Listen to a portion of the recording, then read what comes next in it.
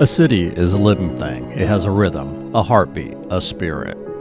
Nowhere is that seen more than in Chicago.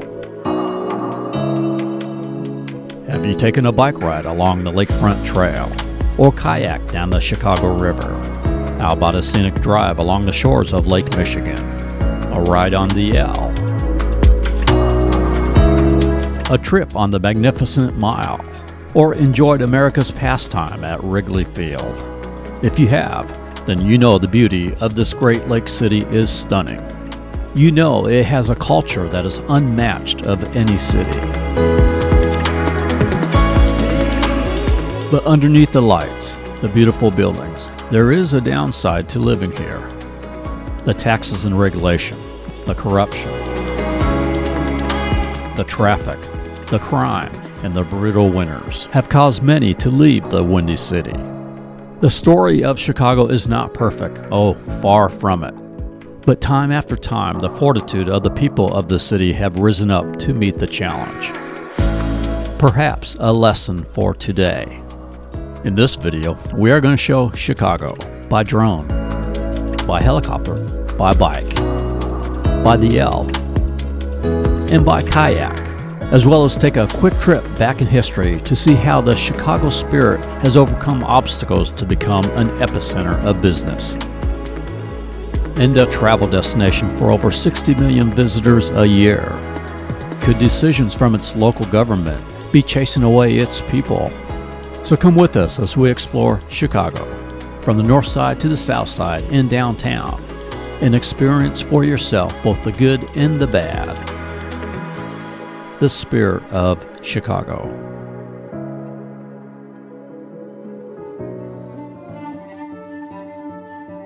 It is morning on the Chicago River. Bikers crossing the Link Bridge as the sun rises over Lake Michigan and the Navy Pier.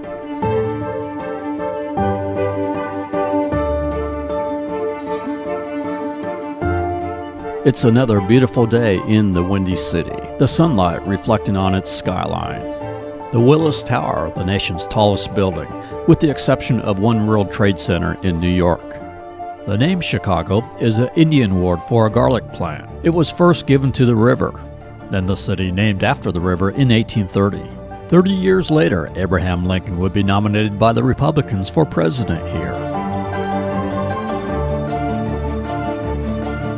Within the skyline, you can see the spirit of Chicago.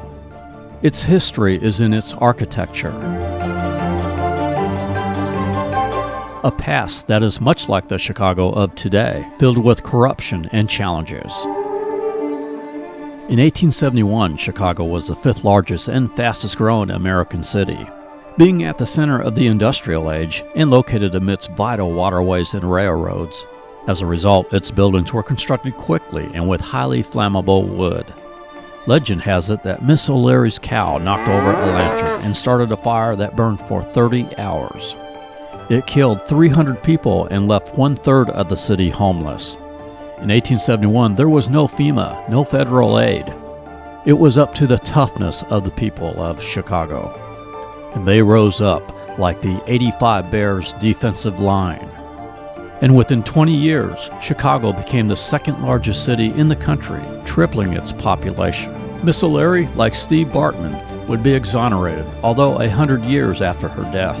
As we travel down North Michigan Avenue on what is known as the Magnificent Mile, we see a survivor of that fire, the old Chicago Water Tower, built 2 years before the fire. The L, short for elevated, began service in 1892 and today is the only elevated train in any U.S. city. While it runs for 224 miles with 8 different lines, it forms the loop in downtown and is a great way to get around. The first skyscraper to be built on the Magnificent Mile was the Wrigley Building, completed in 1924. It is 2 towers with the south building having a clock tower at the top. At nighttime, it glows with its sparkling white terracotta exterior. A year later, across the street from the Wrigley Building, the neo-Gothic Chicago Tribune Tower opened up. It is currently being converted from an office building into condominiums. Should be completed this year.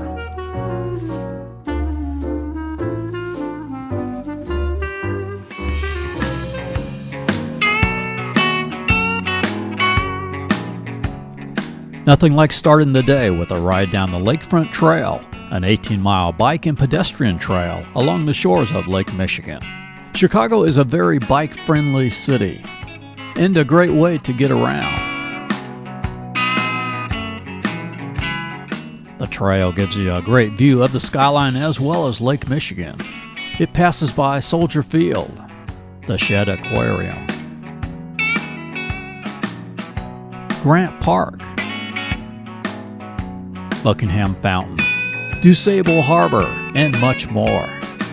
If you are not into biking, you can rent a Segway, or just drive along the scenic Lakeshore Drive, which runs along the trail for 15 miles.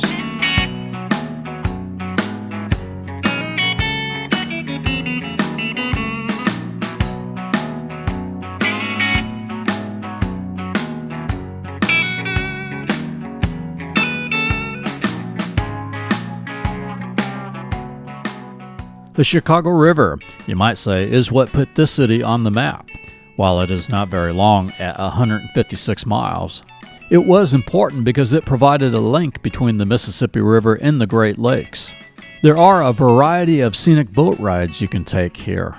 Or what I recommend is to rent a canoe from Urban Kayaks. About $30 per hour per person, well worth it.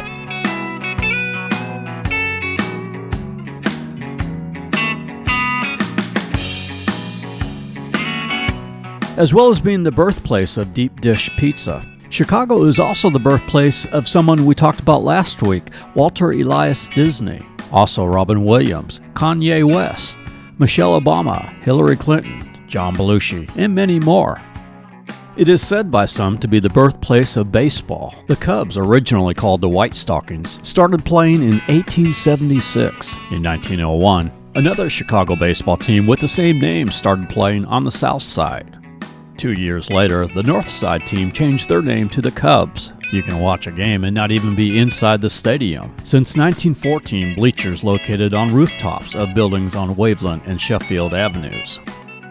Hey Cubs front office, why did you let go of the best manager in baseball, Joe Maddon, who broke the curse, who gave you the first championship in 108 years? Oprah Winfrey became one of the most successful self-made women in Chicago, with a popular TV show running for 25 years, but she left in 2015. Oprah Winfrey and Joe Maddon are not the only ones to leave Chicago.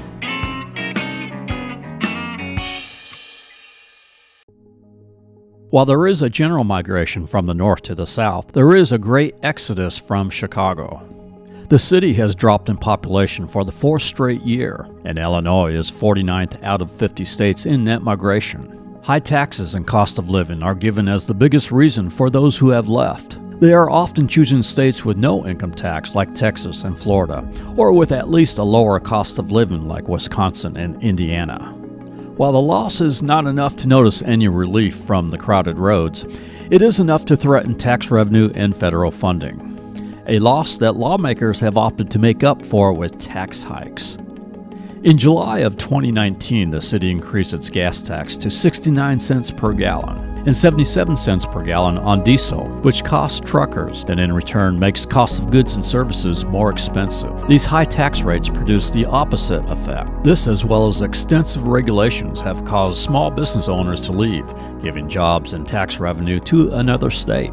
In 2020, Chicago's restaurant and parking taxes significantly increased. And you know, if you have ever stayed at a hotel in Chicago, there is a hefty hotel tax. And all of this on top of a high sales tax rate of 10.25%, which makes visiting Chicago more expensive. Illinois taxpayers are overtaxed and fed up. Residents have little faith that their hard-earned money is being spent well by the government, and there's good reason for that. You probably thought that the term Windy City comes from weather conditions. Well, no. Most historians will tell you it comes from Chicago's history of corruption. Just the latest example is Ed Burke, the Dean of Chicago City Council, re-elected somehow to his 13th term in office just weeks after the FBI raided his office charging him with attempted extortion, and faces up to 20 years in prison if convicted. But he got over 53% of the vote. Oh, he's just one of many stories. While Illinois is tied for fourth in highest tax states when you combine income and sales tax, what are the results of all that taxpayer money? In 2019, here is how Illinois ranked out of 50 states. 19th in education, although that is up from 24th in 2018. 24th in infrastructure, 43rd in natural environment, and 20th in crime and corrections. People are also leaving Chicago because of crime, although the really bad gang violence is isolated to certain sections, mostly on the south and west side. You probably don't want to be hanging out in Garfield Park, South Shore, or Inglewood. But downtown is pretty safe. You shouldn't have any problems. I guess that is, unless you are Jussie Smollett.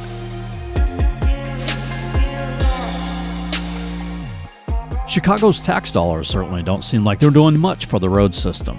Traffic has been getting progressively worse. Congestion in Chicago was the second worst in the country, up from third in 2018 and fifth in 2017. Only Boston is worse. It is estimated that commuters spent 145 hours in traffic in 2019, and that road congestion cost drivers an average of $2,146 per driver per year. Chicago's downtown is much more dense than the more sprawling Sunbelt cities. Just to pay for parking can be about as much a month as an apartment in some cities. While snow can be fun for people like me who don't live in it, the winters in Chicago can be brutal. Many residents heading south for more milder winters.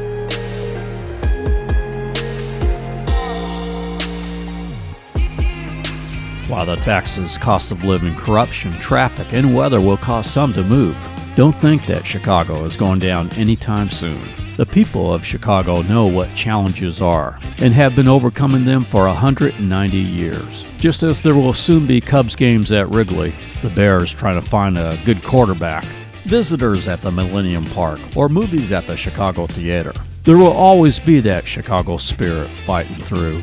For the success of a city is not always dependent on the government. Certainly the government can help or hinder, but in America, as it is in Chicago, it is the hard-working people, by the grace of God, who overcome crisis, challenges, and tough times. Miss O'Leary's cow could not destroy that pride, that spirit of the people of Chicago. As they overcame in the past, be assured that they will do so in the future. I would love to hear your thoughts about Chicago. Are you leaving or staying, and why? We are Tampa Arial Media. We shoot travel promos across the USA. Coming up in the next couple of months, Charlotte and Philadelphia. For stock footage, or if you would like us to shoot your city, venue, or location, contact us at info@tampaarealmedia.com.